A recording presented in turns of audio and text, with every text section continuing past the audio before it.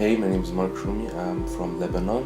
I started my studies in cinematography and audiovisual arts in Beirut, and then I moved to Vancouver, Canada to study visual effects. In 2006, I started my studies in cinematography in Beirut, and a little bit after that, I showed interest as a director and a filmmaker, and I moved quickly into the industry after my graduation.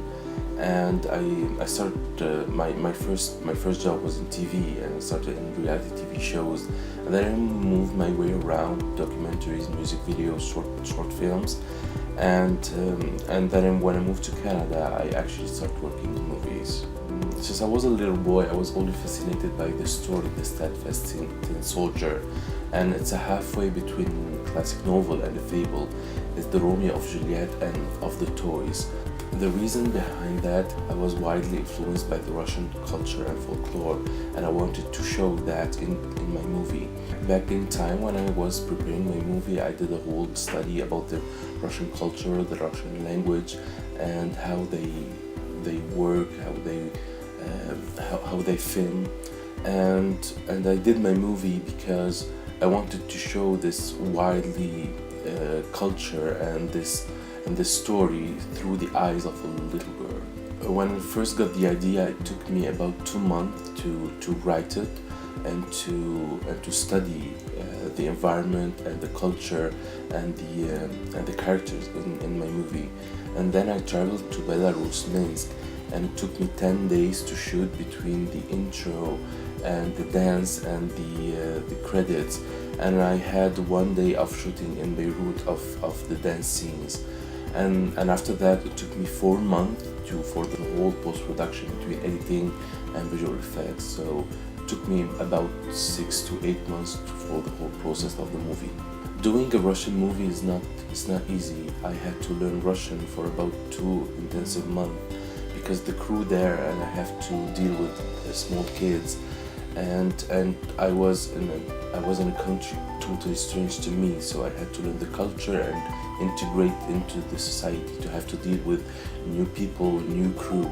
So I think but it was pretty interesting for me to learn their culture and their language and learn how they deal with films. I learned a lot there. The main inspiration was actually the ballet dancing, and that was the most challenging part because and after each scene there's a dream, and the dream is represented in a ballet scene. And the hardest part is that the dances should be telling a story, and dance, they don't speak, they just act. So there's the ballet dancing and there's the storytelling. Combining these two parts was the most challenging part for me, and doing that in the dreams tells a lot and reveal a lot of the story without actually speaking. The new generation of artists have creative ideas to do, and I think the main problem that blocks them is the financing and the funding of their ideas.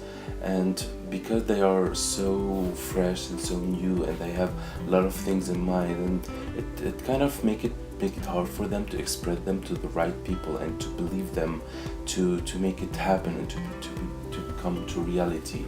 So today I think the artists, the independent artists should find the right crew and find the right people to deal with, and keep their vision going, and keep making films, because this is the easy way and the hard way at the same time, in order to communicate with other people from around the world. Right now, I'm settling down and I'm working in companies. I used to work in a few movies, then now I'm working in animation TV series. But it didn't stop me to make some side projects. I was working on a short documentary on my own. I was filming in a city next to Vancouver, and it's a slow project, but I'm keeping going on, and hopefully I'll round it up and I will make a movie out of it. This is the era of social media and the whole internet technology. Putting movies online is the easiest way for the whole world to connect, and the whole artists from around the world to see other people's work. I think putting the web movies and the web development is helping a lot these artists to communicate. And the future, I think it's the future, because you can see films from Germany, from Europe, from America, and you can get a lot of inspiration from that. So I think that's a great way to communicate. European Independent Film Channel is a great way for artists and independent filmmakers to show their movie and be able to communicate around the world and with other artists. And for me, it's a great source of inspiration and promotion at the same time.